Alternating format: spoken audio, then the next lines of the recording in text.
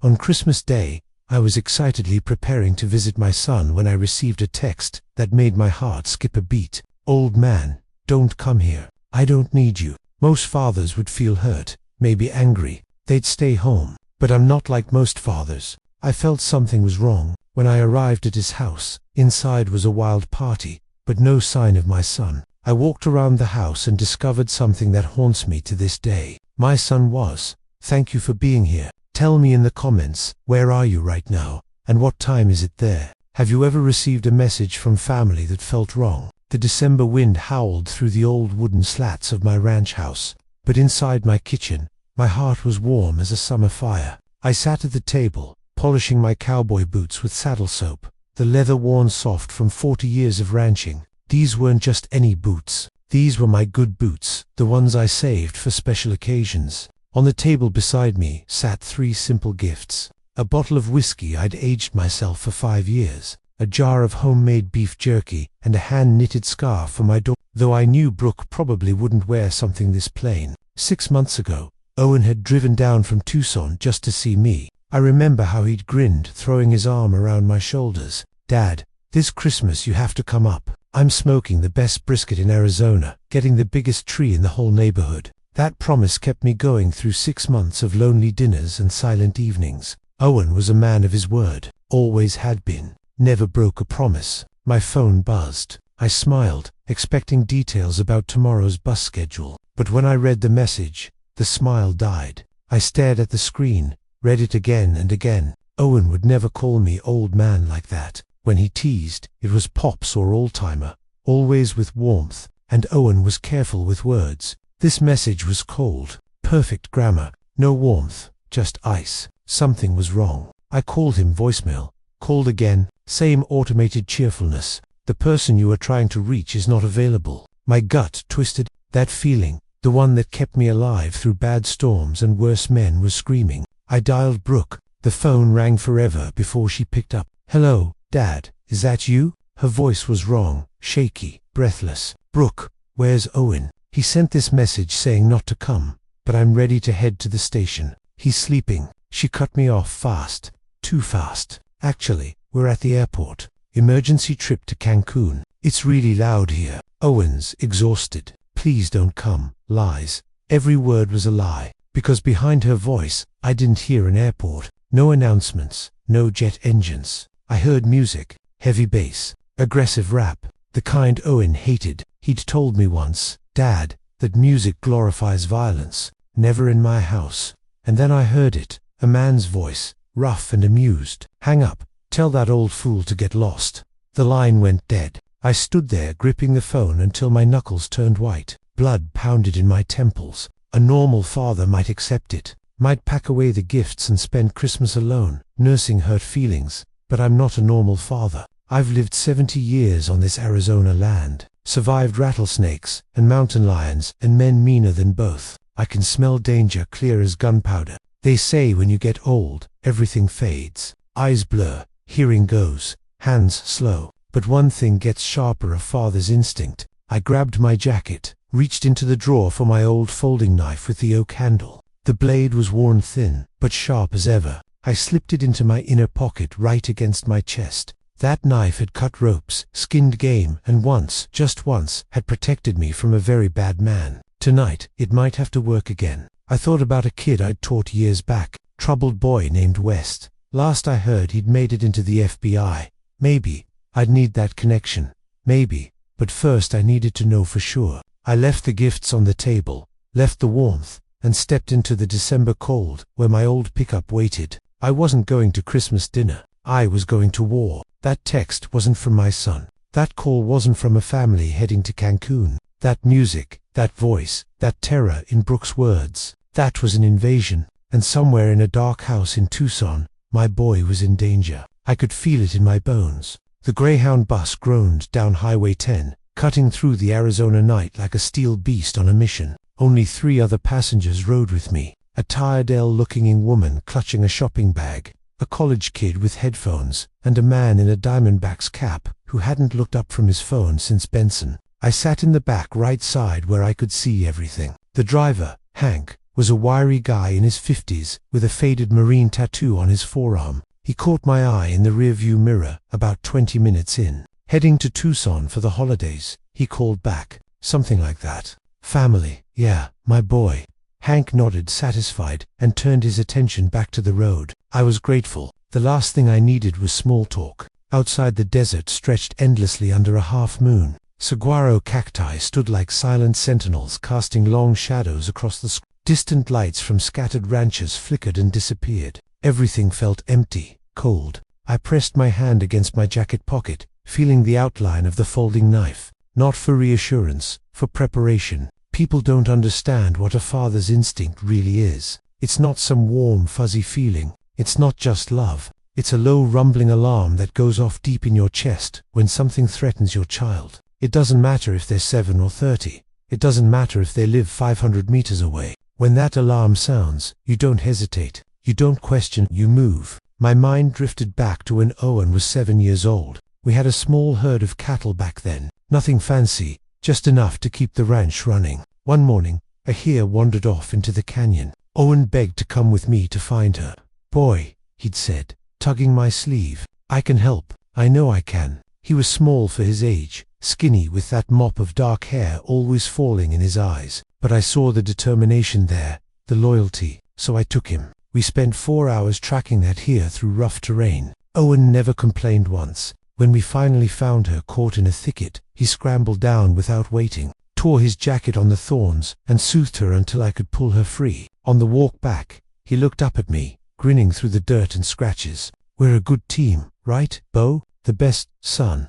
The best. That memory hit me harder than I expected. Somewhere in Tucson, that same loyal, determined boy was in trouble, and I was barreling toward him at 70 miles per hour on a half-empty bus. Hank's voice crackled over the intercom. Tucson city limits, folks, arriving in 10 minutes. Through the windshield, I saw the glow of the city spreading across the horizon. Streetlights, Christmas decorations strung across palm trees, the neon signs of late-night diners. It should have looked welcoming. It didn't. The bus slowed as we entered the outskirts. A mariachi band played from an open-air restaurant. Families walked arm in arm under strings of colorful lights. Somewhere people were celebrating. I wasn't. When the bus pulled into the station at midnight, I was the first one off. My boots hit the pavement hard. The December air was sharp and cold against my face. I stood there for a moment, staring into the dark streets beyond the station lights, my hand instinctively moving to the pocket where the knife rested. This wasn't a reunion. This was war, and I was ready. The taxi, a beat-up Camry, smelling like stale coffee, pulled away from the Greyhound station. The driver, Rex, was a middle-aged guy with a graying ponytail. He didn't ask questions. I didn't offer explanations. A South Tucson, I said, near the fairgrounds. Rex grunted and punched the address into his GPS. The 30-minute drive took us past shuttered storefronts and late-night diners glowing with neon. When we turned into Owen's neighborhood, the contrast hit me hard. Every house blazed with Christmas lights, inflatable Santos, multicolored strings wrapped around palm trees, RHS on every door, every house, except one. Owen's this at Rex asked. Yeah. I paid him $40 and stepped onto the curb. His taillights disappeared, leaving me alone in the December cold. That's when I saw them. 3 black Ford F-150s parked across Owen's front lawn. Mud splattered like they'd torn through rough desert roads. The tires had carved deep ruts into the grass. Owen mowed every Saturday morning with meticulous care. My jaw tightened. The house was completely dark. No Christmas lights, no wreath, no warm glow. Just darkness. But it wasn't silent. Music pounded from inside. Heavy bass, aggressive gang rap. Owen's voice echoed in my memory. Bo, that music's poison. I'll never let it in my house. Yet here it was blasting. I moved toward the house, keeping to the shadows of the oak tree. When I reached the front window, I crouched and peered through a gap in the curtains. The living room was bright. On Owen's Italian leather sofa, the one he'd saved 2 years to buy, sat a heavy-set man in his 60s with a bloated red face. He drank straight from a bottle of expensive whiskey, one from Owen's collection. Beside him, a woman with overdone makeup laughed, flicking cigarette ash onto Owen's white wool rug. But the younger man caught my attention. 30s, shaved head, thick gold chain. He wore a sleeveless shirt, showing off a massive scorpion tattoo crawling from his bicep to his collarbone. His boots were propped on Owen's coffee table, and he was using one of Owen's kitchen knives to clean under his fingernails. I recognized him instantly. Owen had shown me his picture once, sighing heavily. "That's Brooke's brother Vance. He's trouble buns with bad people." I told him he's not welcome here. Yet here he was in Owen's house, treating it like a clubhouse. My hands curled into fists. If they were here, partying, drinking, destroying my son's home, then where was Owen? Where was Brooke? I backed away from the window. The scene burned into my brain. His strangers desecrating everything Owen valued. Music he hated, shaking the walls. Everything screamed danger. I stared at the front door, its brass handle gleaming. For a moment, I considered pounding on it, demanding answers. Where's my son? But instinct, the old wolf instinct, stopped me. You ring that doorbell, you lose surprise. And in war, surprise is everything. I stepped back into the shadows, pulse pounding, but thoughts sharp. I wasn't going through the front door, I was going round back. I stood there in the cold December air, hidden beneath the oak tree's shadow, staring at the side gate that led to the backyard. Logic told me to stay invisible, find another way in, don't announce myself. But another voice, the father's voice, whispered louder. What if you're wrong? What if this is just a messy family visit and Owen's upstairs with a migraine? What if you break in and make a fool of yourself? I had to know. I had to look into Brooke's eyes. Eyes don't lie. I stepped out of the darkness and walked straight to the front door. My hand reached for the doorbell. Ding-dong. The music inside cut off abruptly. Footsteps. Muffled voices. Who the hell's that? I told you no visitors. The door cracked open. Brooke stood there in a thin silk nightgown with a cardigan thrown over it. Her face was heavily made up, but it couldn't hide how gaunt she looked. Dark circles carved deep beneath her eyes. When she saw me standing there with my worn farm duffel bag, her face went bone white. She froze. Her hand gripped the doorframe, so hard her knuckles turned pale. Her lips trembled, but no words came out. "Hey, sweetheart," I said gently. "I made it. Where's Owen? I got his message." But something didn't feel right. Brooke stammered, her voice barely above a whisper. "Dad, why? Why are you here? We told you. We're at the airport." No, we cannot. Owen's asleep. He's exhausted. You can't." The lie spilled out, frantic and incoherent. Then Vance appeared behind her. He held a beer bottle, his face flushed red from alcohol.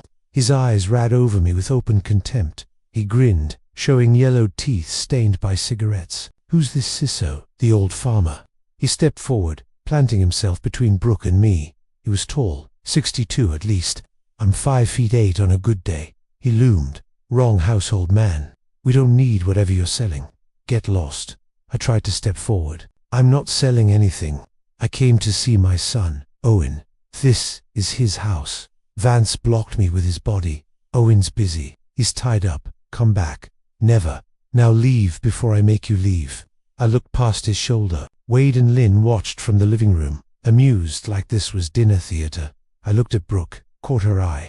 She wouldn't meet my gaze, but when her thin cardigan sleeve shifted, I saw a bruise on her wrist, dark purple, shaped like fingerprints. Someone had grabbed her hard.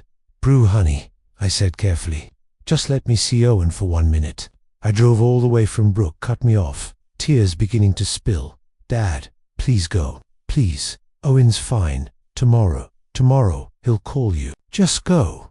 Her voice cracked with desperation. Before I could respond, Vance slammed the door in my face. Boom. The deadbolt clicked. Clack.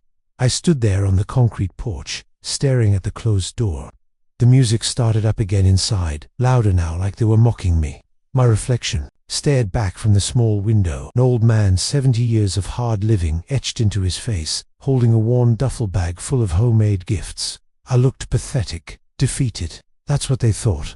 That's what they wanted. But they didn't know me. They didn't know about the bruise I'd seen on Brooke's wrist. They didn't know the terror I'd heard in her voice. And they sure as hell didn't know what a father will do when his son's in danger. I stepped back from the door slowly, deliberately, turned and walked toward the street. Let them think I was leaving. Let them relax. But I wasn't going anywhere. Not without my son. A wooden door couldn't stop a father. I'd get inside. One way or another, I walked down the street at a steady pace, head down, like a defeated old man heading home. But when I reached the corner, I ducked behind the neighbor's hedge and crouched low. Waited 5 full minutes watching Owen's front door through the gaps in the shrubbery. No one came out. No one followed. Good. I circled around through the alley behind the row of houses. The December cold bit at my face, but I barely felt it. My knees' OCD arthritis flaring up, but I ignored it. When I reached the wooden privacy fence running along Owen's property line, I ran my hand along the boards until I found what I was looking for, a loose panel. I gripped it, pulled, and squeezed through the gap. I dropped into Owen's backyard. The destruction hit me immediately. Owen's rose bushes, the ones he'd planted with Brooke on their first anniversary, were trampled flat petals scattered like confetti across the mud. The lawn he mowed every Saturday morning with obsessive care was torn to shreds. Deep tire ruts carved through the grass like scars. Those black trucks hadn't just parked out front. They'd driven back here, tearing up everything Owen had worked so hard to maintain. The whole yard looked like a construction site. And the smell, gasoline, heavy and sharp, motor oil, and something else, something chemical, acrid, burning the back of my throat. Underneath it all, something rotten decayed. I moved silently toward the far corner of the yard, past the ruined garden. And that's when I saw it, the shed. It was a small wooden structure, maybe 10 feet by 10 feet. Owen had built it himself 2 years ago to store his lawnmower and tools. He joked about it once. Things rickety as hell. One good kick and it had collapsed. But something was different now. The door had been reinforced. 2 metal bars bolted horizontally across it. The old flimsy latch had been replaced with a massive padlock, brand new chrome-plated, gleaming dully in the moonlight. That lock costs more than the shed itself. Why would anyone put a lock like that on a tool shed? I pressed my ear against the wooden door. Silence. I was about to pull back when I heard it. Clink, clink, metal on metal, the sound of heavy chains. Slow, deliberate, then ragged breathing. Someone struggling to pull air into their lungs. A voice so faint I almost missed it. Water. My blood went cold. I pressed my lips to the crack between the boards and whispered, Owen, Owen, is that you, son? Silence. 3 seconds. 3 seconds. That felt like an eternity. My heart pounded so loud I thought it would give me away. A knock, knock, weak, barely audible, like someone using their last bit of strength, and then a sob, not the sob of a grown man. The sob of a child who'd finally found his mother after being lost. The sob of desperation finding hope. B.O. The voice cracked hoarse, almost unrecognizable, but I knew it in my bones. B.O.oi. My world shattered. My son wasn't in Cancun. He wasn't asleep in a warm bed upstairs. He was here in this filthy, freezing shed, 10 steps from his own back door, yards away from where his in-laws were partying and laughing. They'd chained him like an animal. Owen, I whispered urgently, my voice shaking. Son, I'm here. I'm getting you out. Hold on. Another sob from inside. Then his voice barely a rasp. They're going to kill me. Boy Vance said if I don't sign. Shh. No one's killing you. Not while I'm breathing. I pulled back from the door and stared at the massive padlock. My hands clenched into fists. Rage roared through me like wildfire. Not the hot, explosive kind, but the cold, calculated kind. The kind that gets things done. I glanced back at the house. Music still pounded from inside. Lights blazed. They were comfortable, confident. They thought they'd won. They had no idea what was coming.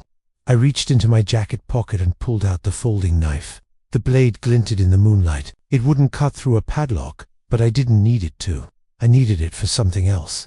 I was getting my son out of that shed tonight. That padlock mocked me, gleaming in the moonlight. Chrome-plated heavy duty, probably cost $50, but I wasn't leaving without my son. I touched the knife in my pocket. No good. Couldn't cut through steel. I needed something else. I scanned the ruined yard. Most of Owen's tools were probably locked inside the shed with him. But then, near the corner, under a tangle of overgrown bougainvillea, I spotted it a length of iron rebar, maybe 2 feet long, half an inch thick, rusted, but solid, probably left over from some old clothesline project. I grabbed it, tested its weight. Good enough. Back at the shed door, I studied the setup. The padlock itself was fortress grade, but the hasp, The metal bracket bolted to the wood. That was the weak point. The wood was old, rotted by years of Arizona monsoons. Owen had never gotten around to replacing the boards. I wedged the rebar between the door frame, and I put every ounce of weight behind it. The rebar bit deep into the wood. My 70-year-old arms shook. Sweat ran down my face despite the cold. My shoulders screamed. But this was for Owen. I poured 40 years of logging, ranching, and survival into that lever. Open, or I'll tear you apart. I growled through clenched teeth. Crack, though it splintered. The HP ripped free from the frame, taking a chunk of rotted lumber with it. The door swung open with a long, agonizing sh as I froze. Did anyone inside the house hear that? I listened. Music still pounded from inside. It had covered the noise. I stepped into the shed. The smell hit me like a fist, old urine, sweat, disinfectant, and something metallic. I pulled out my phone, turned on the flashlight. The beam swept across the interior. Torn bags of fertilizer. Owen's old lawnmower tipped on its side. Garden tools scattered everywhere. Then the light stopped in the corner, and there he was, my son. Owen was curled on the cold cement floor, wearing nothing but boxer shorts in the December cold. His hands were bound behind his back to a wooden post with coarse rope. But worse, so much worse, was his right leg. A thick iron chain, the kind used for vicious dogs, clamped around his ankle. The other end was bolted deep into the concrete. His leg was swollen, purple-black, twisted at an angle that made my stomach lurch. Owen squinted into the flashlight, his head lifting slowly. When he recognized me, his one good eye went wide, but it wasn't relief. It was horror. Oh. His voice cracked with panic. Turn off the light. Run. You can't be here. Vance has a gun. He'll kill you. I didn't listen. I couldn't. I dropped to my knees on that freezing floor and pulled his face into my hands. Hot tears streamed down my cheeks, falling onto his bruised skin. My God, son, I whispered. What have they done to you? Owen shook his head frantically, still trying to push me away. Bo, please. He checks on me. He'll come. You'll have to. I'm not leaving you. My voice came out harder than I intended. I wiped my eyes, forced myself to focus. How long do we have? I don't know. 10 minutes, 20. Bo. He has a shotgun. He said if I scream, he's not doing anything. I grabbed the rope binding his wrists and started working the knots. My fingers were stiff, clumsy with cold and rage. We're getting you out right now. The chain, I'll handle it. Owen's breath hitched. Fresh tears rolled down his face. I'm sorry, Bo. I'm so sorry. I should have listened. I should have sheaves save your strength. The rope finally gave way. Owen's hands came free, and he immediately tried to move his leg. He gasped, bit down hard on his lip to keep from screaming. Don't move it, I said. That ankle's badly injured. We need to get the chain off first. I examined the bolt anchoring the chain to the floor. Industrial strength. Probably drilled in with a masonry bit. I'd need tools I didn't have. But the chain itself, the links were thick but old, rusted in. Plus as I grabbed the rebar I'd used on the door. This is going to be loud, I said. Owen nodded, jaw tight. I wedged the rebar under one of the chain links and twisted with everything I had. I'm not going anywhere, I said flatly. No one's killing anyone. I'm getting you out of this hell.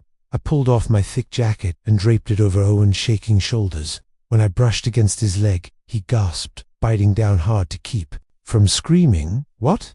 I demanded. Why is Brooks' family doing this to you? Owen's breath came in shallow gasps. Then he started talking.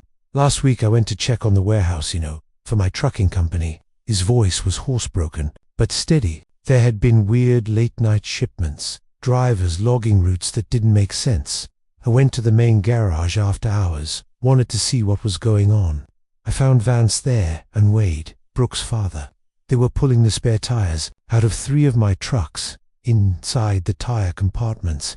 B.O. There were packages, white packages, dozens of them. Crystal meth. My stomach dropped. I yelled, told them I was calling the cops. I reached for my phone. Owen's voice cracked. Wade. He grabbed a tire iron. I didn't see him coming. He hit me from behind.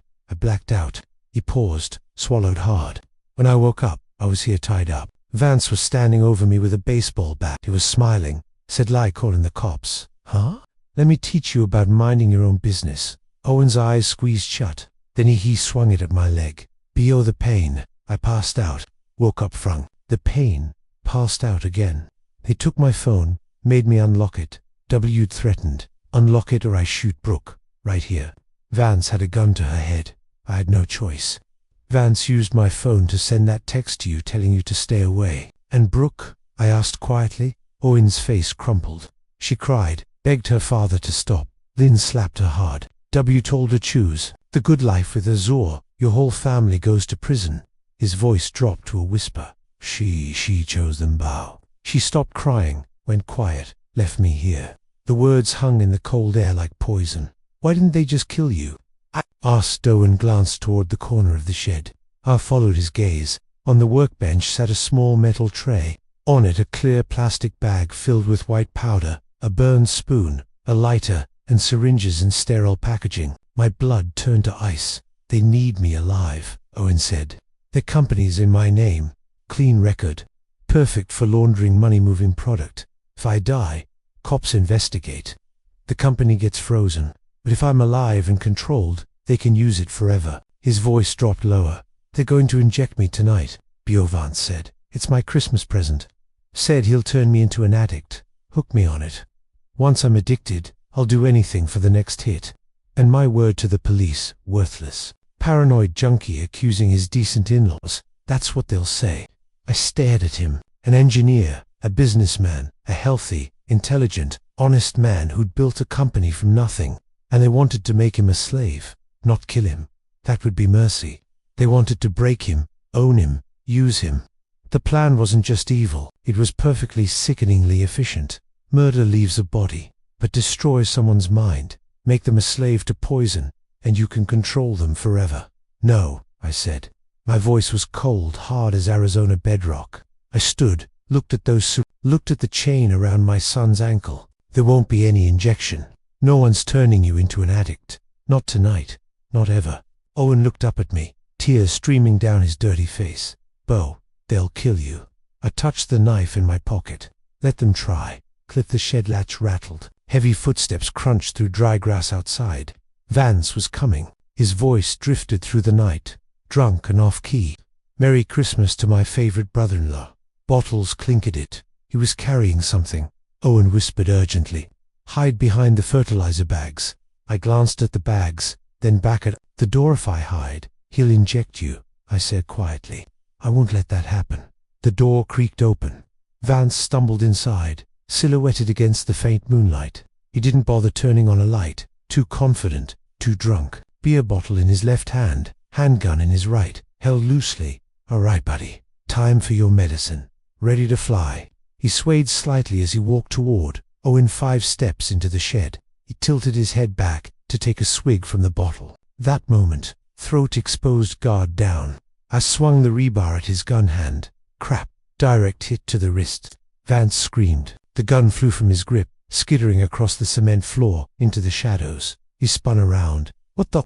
Saw the old man holding the rebar. Rage flooded his face. He hurled the beer bottle at my head. I ducked. The bottle smashed against the wooden post behind me, glass exploding. I swung again, aiming for his knee. But Vance lurched backward, drunk, but still had fighting reflexes. The rebar only grazed his thigh. He charged like a bull. 6'2", 220 pounds of muscle and fury. He slammed into me full force. We crashed into the stack of fertilizer bags. My back hit hard. Pain lanced through my spine. The rebar flew from my hand. Vance landed on top of me, pinned me down, his hands clamped around my throat. Thick fingers squeezed tight. Old man, I'm going to kill you. I couldn't breathe. My vision started tunneling. Darkness creeping in from the edges. Owen screamed, Bo! No! He yanked uselessly at his chain. My right hand fumbled into my inside jacket pocket. Fingers found the oak handle. I flicked it open. One smooth motion, muscle memory from 40 years ago. Vance didn't see it. He was focused on strangling me, eyes wild with rage. I drove the blade up into the outside of his thigh. Not the artery, but enough. Vance's scream was pure shock. He released my throat instantly, clutching his leg, rolled off me. You stabbed me! You crazy! He curled up, gripping the wound. I scrambled to my hands and knees, gasping like I'd run a mile. My throat burned, but adrenaline roared through me. Owen shouted, "The gun, Bo! The gun!" Owen, hands still tied, had stretched out his good leg, hooked the gun with his foot dragged. I lunged for it, grabbed it, aimed at Vance. "Don't move." Vance froze on the ground, staring down the barrel. His face went pale. Don't shoot, man. It was just a joke. Wade made me do it. I didn't shoot." Instead, I picked up the rebar. "This isn't a joke." I swung it in a controlled arc, connecting with the side of his head-temple area. Not a killing blow, just enough. Thud. Vance's eyes rolled back. His body went limp, unconscious. "Done," I gasped to Owen, breathing like I'd just sprinted a mile. My hands shook. My throat throbbed, where Vance's fingers had nearly crushed my windpipe. But he was down out cold. "Let's go, son." But there was no time to celebrate this small victory. From inside the house, the music suddenly cut off. Silence for 2 seconds, then shouting, "What was that?" Lynn's shrill voice. "Vance, what happened?" Wade's voice boomed. Vance answered me. Thundering footsteps. I cursed under my breath. Vance's scream had been too loud. They'd heard. "Dad, we have to go," Owen said, eyes wide. "Right now." I searched. Vance's pockets. Front wallet, phone. Back a keyring with a Ford logo. Keys. "Thank God." Owen, hold on. The chain around Owen's ankle was secured with a padlock. No key on Vance's ring, but the chain itself was anchored to the floor with a U-bolt system, bolt and nut. I grabbed a rusted adjustable wrench from the workbench and attacked the nut on the U-bolt. It was seized tight. My hands shook. Sweat dripped into my eyes. "Hurry, Dad," Owen urged, hearing the shouting from the house growing louder. I threw everything I had into it. The nut finally turned, loosened. I unscrewed it. The U-bolt came free from the floor anchor, but the chain was still clamped to Owen's ankle. The padlock remained. No time to get it off. "Okay, what?" Owen tried to stand. His leg buckled. He cried out in pain. "I'm okay. Let's go." I hauled him up. Owen put all his weight on his left leg. His right broken chain hung limp. The chain dangled clanking. "Lean on me. Grit your teeth." My arm around his waist. His arm over my shoulders. We stumbled out of the shed. Immediately, halogen floodlights blazed from the back porch, blinding us. Wade stood there with a shotgun. Lynn beside him. "There, kill them." "Wade, stop right there." I didn't stop. Kept moving, dragging Owen forward. Boom, the shotgun roared. Pellets tore into the ground 5 feet from us. Dirt exploded. Warning shot or bad aim. "Run," I yelled. We staggered toward the side yard, using the bushes for cover. Boom. Second shot hit a tree branch above our heads. Debris rained down. We lurched around the side of the house. Owen groaned with every step. The chain around his ankle dragged clink, clink, clink, scraping across concrete. We reached the front yard. The 3 black F-150s were still parked there. I hit the key fob. The middle truck's lights flashed. Beep, beep. I half-carried Owen to the passenger side, opened the door, practically shoved him in. He cried out when his broken leg hit the seat. "Sorry, son." Slammed the door, sprinted to the driver's side. Wade came around the corner from the backyard, shotgun raised. I was already in the driver's seat. Locked the door. "Wade, get out or I'll blow your head off." He aimed the shotgun at the windshield. I looked at him through the glass. "Let's see if your shotgun beats my truck." Key in the ignition. Turned the V8 engine, roared to life. Shifted into drive. Slammed the gas. The truck launched forward straight at Wade. His eyes went wide. He dove to the side at the last second, hitting the grass. The shotgun flew from his hands. I aimed for the iron gate at the property entrance. Crash. Violent impact. The metal gate ripped off its hinges, flew into the street. My head slammed into the steering wheel. No airbag. Older truck. Stars burst in my vision, but I kept the gas pedal down. Hard left turn. Tires screamed. The truck fishtailed. I straightened it out, roared down the suburban street. I glanced at Owen in the passenger seat. He was gasping, face pale, drenched in cold sweat. Both hands clutched his broken leg. The chain, still clamped around his ankle, swung down, rattling with every bump. Are we out, Dad?" he asked, voice barely a whisper. I checked the rearview mirror. The dark road behind us empty. No headlights chasing us yet. "Not yet, son." Eyes locked on the road ahead. My hands gripped the steering wheel so tight my knuckles turned white. Not yet. This fight's just getting started. Owen was fading. I had minutes, not hours. I pushed the F-150 280 miles per hour on the empty Highway 82. Owen slumped against the passenger seat. His eyes fluttered.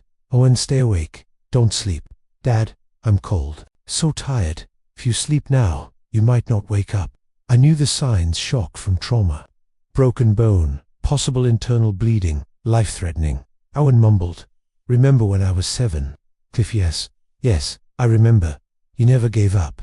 Don't give up now." His head rolled to the side. I slapped his cheek, gentle but firm. Owen, his eyes snapped open. Okay, I'm awake. I knew this area from supply runs to the ranch.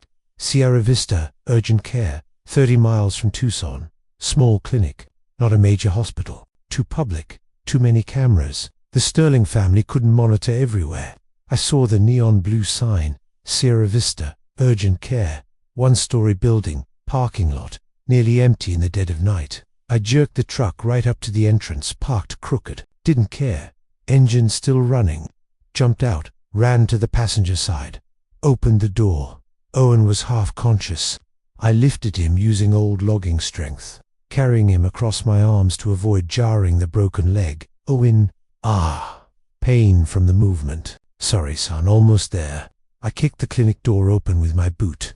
Inside, small waiting room, harsh fluorescent lights buzzing. Nurse Emily at the reception desk, young mid-20s nodding off over paperwork. She jolted awake at the noise.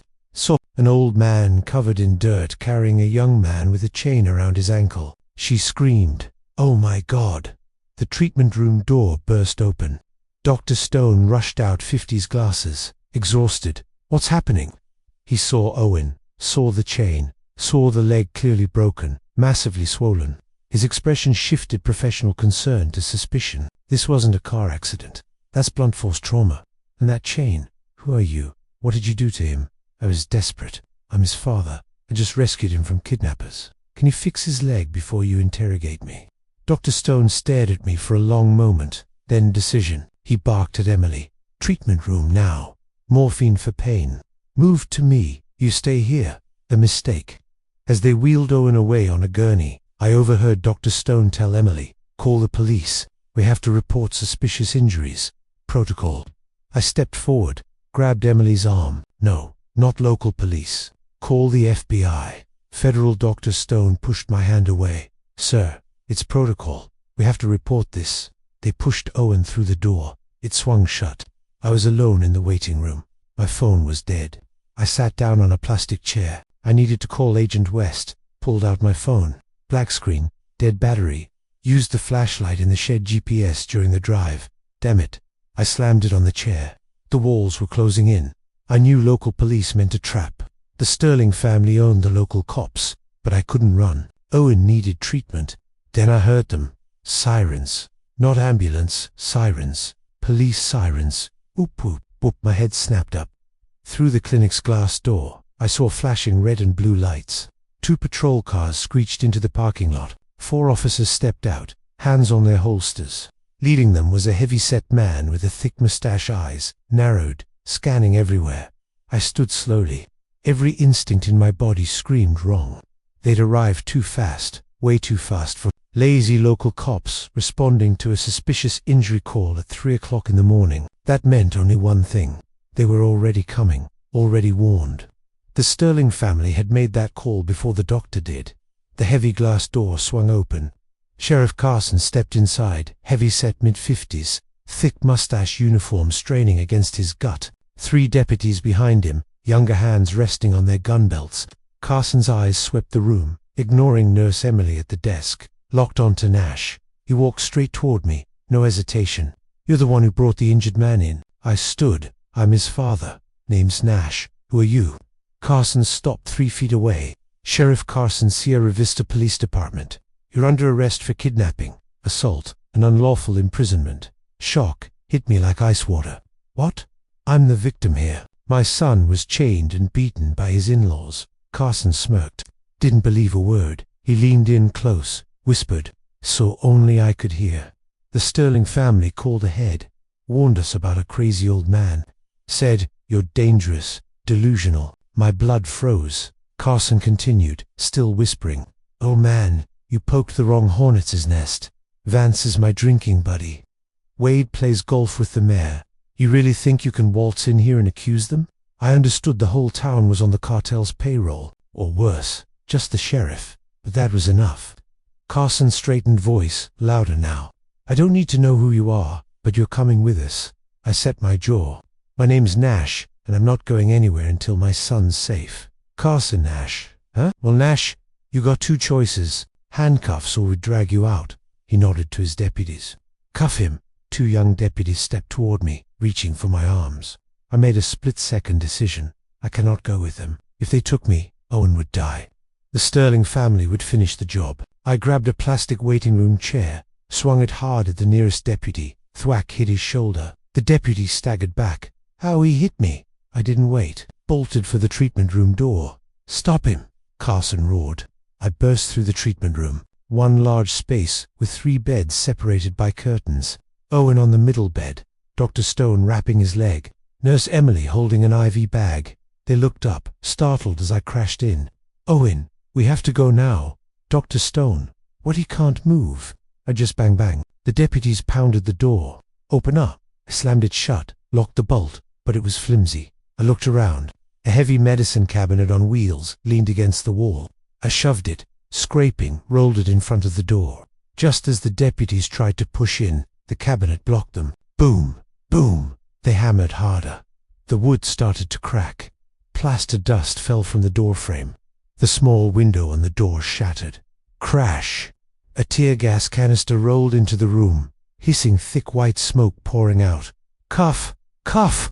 Everyone started choking, eyes burning. Dr. Stone, what is this? He's a medical facility. I turned to Emily, coughing. Your phone, please.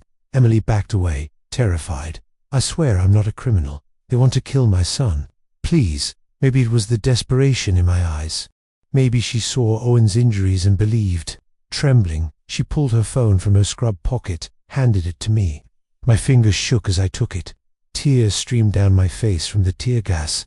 My lungs burned. Owen was coughing violently on the bed pain medication, barely keeping him conscious. Dr. Stone was shouting something about calling the state police, but his words were drowned out by the pounding on the door. Boom, boom, boom, boom. The medicine cabinet scraped across the floor inch by inch. They were breaking through. I had maybe a minute, maybe less. I dialed the number I'd memorized years ago, but prayed I'd never need like this. The only person I knew who could stand up to corrupt local cops, Agent West. 1 ring, please answer. 2 rings. My hand wouldn't stop shaking. The door cracked, wood splintered. Breach it! Carson's voice bellowed from outside. 3 rings then. Hello? Who is this? A deep, authoritative voice. Agent West. Nash gazed through the tear gas. West. Agent West. It's Nash, your old teacher. Silence, Mr. Nash. What's going on? Nash cut him off. No time. I'm at Sierra Vista, Urgent Care, Coy County, Arizona, with son Owen, the Sterling family. They're a drug cartel. They chained him, broke his leg. Local police are corrupt. Sheriff Carson, they're trying to arrest me. If they get us, we're dead. West's voice shifted hard. Professional, barricade the door. Don't surrender. We have a helicopter unit in Tucson. I'm mobilizing them now. 30 minutes. Kenny Hall. Nash looked at the cracking door. I don't know if this door will last. Wes, use everything you've got. Don't die on me, sir. I'm coming. Cliff. Nash handed the phone back to Emily. 30 minutes, for someone waiting to die. 30 minutes. Felt like 30 years. Boom. The door cracked further. Deputies using gun butts as hammers. Nash thought, I need another weapon. One police fear more than bullets. He looked at Emily. Your folk can live stream. TikTok, Facebook. Emily nodded, confused. Yes, 4G works. Nash, turn on the camera. Film me. Go live right now. Emily hesitated. Why, Nash? Because the only thing stronger than corrupt cops is the truth going viral. Emily looked at the breaking door, looked at Owen, clearly a victim, looked at Nash, a desperate father. She opened TikTok. It's live. Nash wiped tear gas tears from his face. Didn't want to look crazy. Wanted to look like a father. He stared into the camera lens, took a breath. Hello everyone. My name is Nash. I'm a father. He stepped aside, so the camera showed Owen on the bed leg, destroyed, purple, black, swollen, chains still clamped around his ankle. That image spoke louder than words. Look at this. See what my son's in-laws did to him. They broke his leg, chained him like an animal in a shed on Christmas Eve. Why? Because he discovered they were trafficking drugs. Nash held up a small object, an SD card. Owen had slipped it to him in the shed, hidden in his shoe when captured. This SD card has proof. Video of the Sterling family, Wade Vance, packing methamphetamine into my son's trucks. Outside, louder pounding Carson's voice.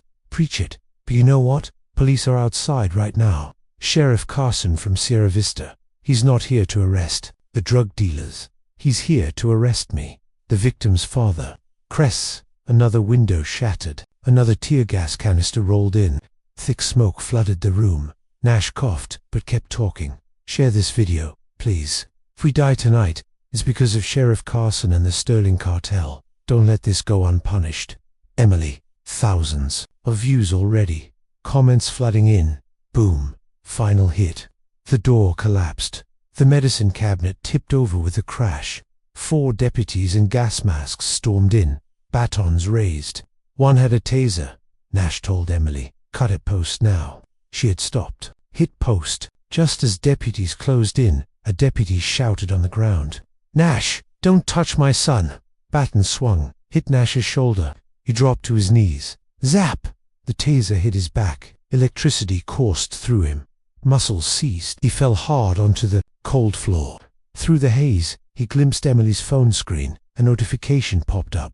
Live video posted successfully.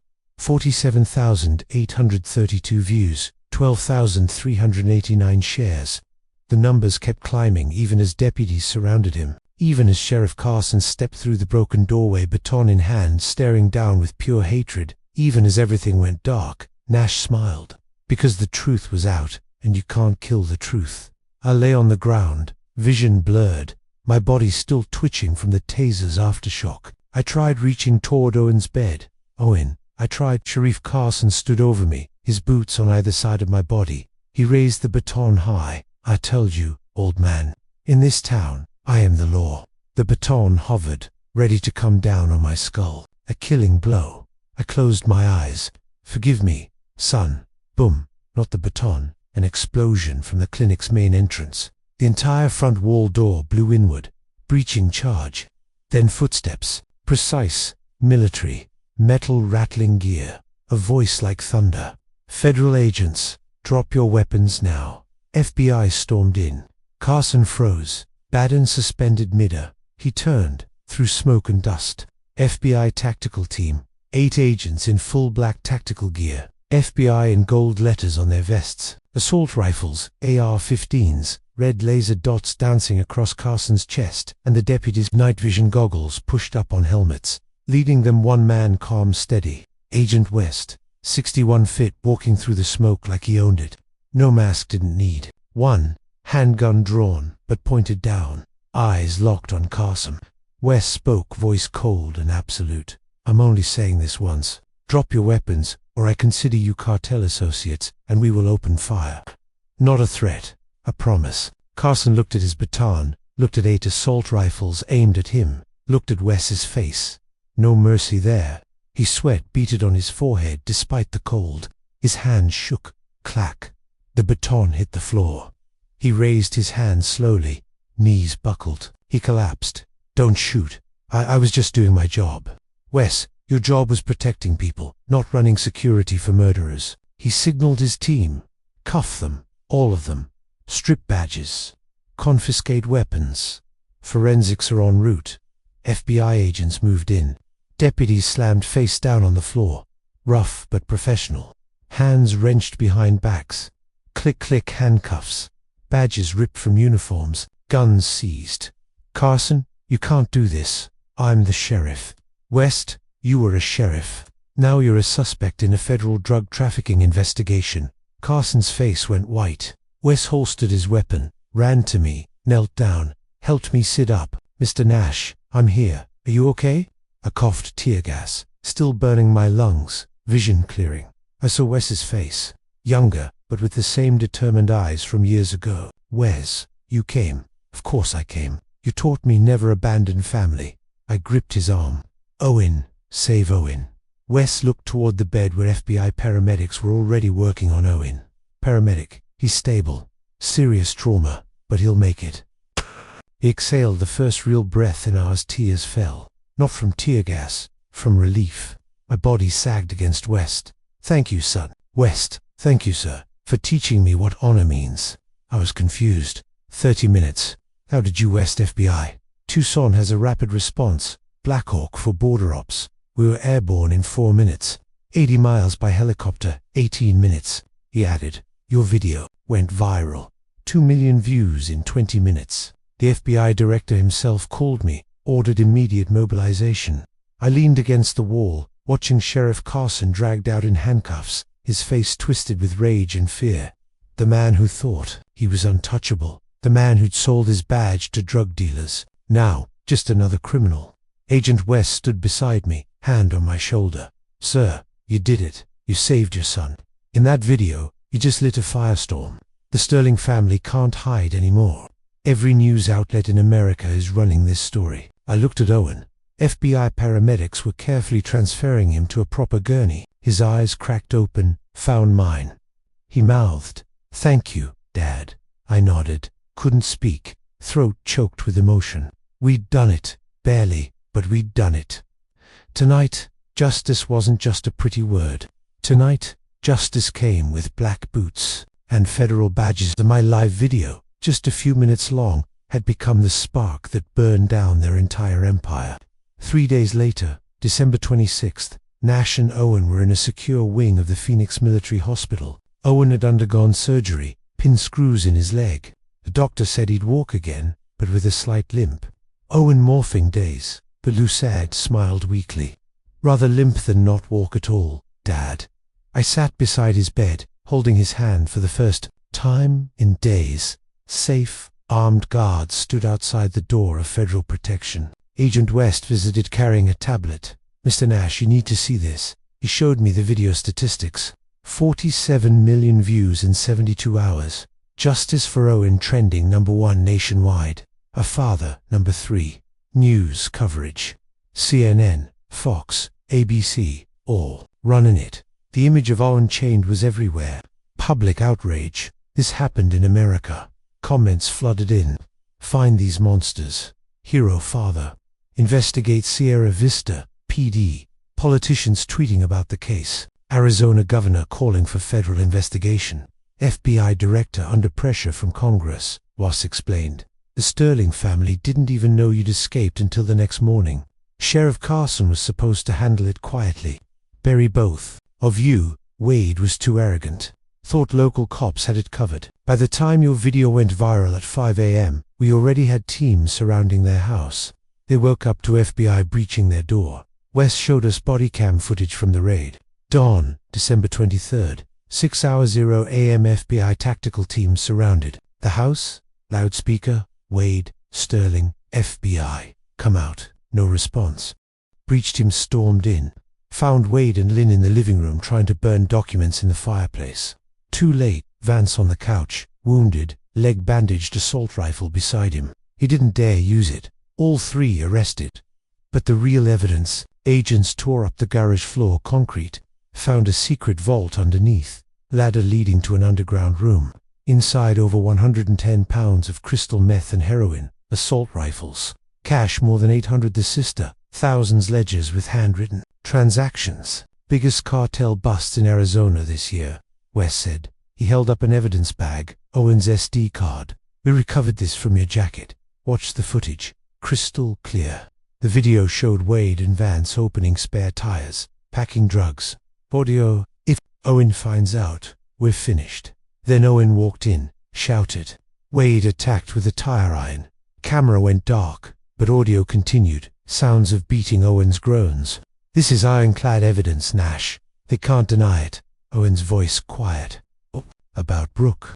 Wes hesitated. She cried when we arrested her, said she'd begged her father to stop. But when Wade slapped her and told her to choose the good life or her family in prison, she chose them. Wes looked at Owen with sympathy. She didn't directly harm you, but she stayed silent, watched. The prosecutors are charging her as an accessory. Owen stared at the ceiling, silent for a long moment. Then she made her choice. Now she lives with it. I squeezed my son's hand, the boy who once cried over a lost cow. Now, a man betrayed by his wife, tortured by her family, and somehow still strong enough to survive. Trials in 3 months, Wes said. With this video in the SD card, they can't escape. Their lawyers are expensive, crafty, but we have the truth. He looked at both of us, and the truth never dies. 3 months later, March, the trial of the century. Every seat packed. Federal courthouse in Tucson imposing fortress-like security everywhere. The courtroom jammed. Press activists, public nudge, and Owen sat front row victim's side. Owen in a wheelchair, still not walking well. Across the Sterling family in orange jumpsuits, shackled behind them. 3 defense attorneys in $5,000 suits. The lead defense attorney, smooth 50s silver hair, stood, "Your Honor, my clients are victims of tragic misunderstanding. Owen Sterling has documented history of erratic behavior, a lawyer but smooth. The drugs were planted by competitors. The torture was self-inflicted during mental crisis. The viral video cleverly edited for sympathy. We moved to dismiss all charges. Confident, logical." Nash watched Owen grip the wheelchair, armrests, knuckles, white face flushed. Nash whispered, "Easy, son." "Owen." He called me insane. Nash, "Truth is like a needle. Son, today it'll pierce their throats." The prosecutor, a woman in her 40s, sharp stood. "Your Honor, the defense is right. Videos can be edited. That's why we're not relying solely on the viral video." She held up an evidence bag, the SD card. "This is unedited body camera footage from Owen's safety vest, recovered from his shoe sole where he hid it before being beaten unconscious." The screen activated. The entire courtroom watched the large display. Crystal clear Owen's POV entering the warehouse. Wade and Vance cutting open spare tires. White packages visible. Audio perfect. Vance, "If this shipment goes through, we're set for 6 months. Wade, just don't let Owen find out. He's too honest." Then Owen's voice, "What the hell are you doing?" Wade spun, face white. "Vance, damn it, Owen, I'm calling the cops." Wade grabbed a tire iron, approached from behind. Swinging hit Owen's neck. Camera spun, crashed black, but audio continued. Thwack, thwack, hitting Owen, groaning. Vance, "Gag him." Wade, "Get the truck. We're taking him home." Silence when the video ended. No one moved. Some jurors had tears. Wade slumped pale. Vance trembled. The defense attorney's mouth hung open. The prosecutor called Nash to the witness stand. Nash stepped up slow but steady. Swore the oath. "Prosecutor, tell the jury what you did when you suspected your son was in danger." Nash spoke simply. "I'm not educated, just a farmer. But I taught my son, be honest, work hard, respect family. When I got that message, I knew something was wrong." A father nosed. He looked at the jury. They broke his leg, chained him, planned to destroy his soul with drugs. But they forgot one thing. He pointed at Owen. "They forgot he's my son and I. Don't abandon family. You can have money, power, guns, but we have the truth." His voice rang, and the truth never dies. Applause erupted. The judge ordered, but she fought tears. 2. Jury deliberated for hours. Returned. Foreman, "We find Wade Sterling guilty on all counts. Vance Sterling guilty on all counts. Len Sterling guilty on accessory charges." Cliff Hiddard cheered. Judge Stern, "Wade Sterling, 25 years, federal prison. Vance Sterling, 30 years. Len Sterling, 15 years. All assets forfeited." Gavbang, outside before transferred to women's detention. Brooke in orange cuffed asked, "Can I see Owen?" 1 minute. Agent West nodded. 5 minutes. Supervise. Waiting room. Owen in wheelchair. Brooke led in. Nash by the door watching. Brooke mascara streaking. "Owen, I'm sorry I was scared. They threatened to kill me." "Kill you, Owen, quiet.